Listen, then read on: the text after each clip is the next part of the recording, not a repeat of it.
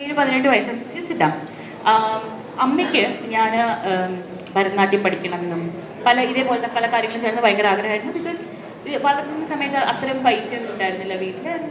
അപ്പൂപ്പൻ was like ഉഷയ്ക്ക് Bharatanatyam പഠിക്കണമെങ്കിൽ അതിൽ ജോലി കിട്ടുമോ, പൈസ കിട്ടുമോ എന്നുള്ളതായിരുന്നു മെയിൻ കൺസേൺ.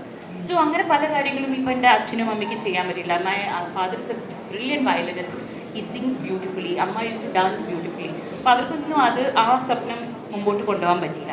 സോ ഞാനുമായിട്ട് വന്ന സമയത്ത് നമുക്ക് എല്ലാം തന്നു, യുനോ പാട്ട് പഠിക്കണോ, ഇത് ചെയ്യണം. അത്ര വെൽ ഓഫ് ഒന്നും ആയിരുന്നില്ല നമ്മൾ. പക്ഷെ എന്നാൽ അങ്ങനെ സെൻസേഷൻസ് എന്ന് പറഞ്ഞിട്ട് കൈരളി ടി വിയിൽ ഒരു പരിപാടി ഉണ്ടായിരുന്നു. അതേപോലെ മലയാളി മങ്കയായിട്ട് പോയിട്ട് പ്രൈസ് ഒക്കെ കിട്ടും സംതിങ്.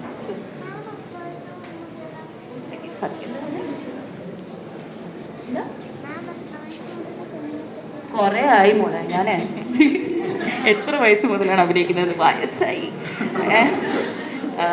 അതിപ്പോൾ പറയാം, ഈ ആൻസർ പറഞ്ഞിട്ട് പറയാം കേട്ടോ.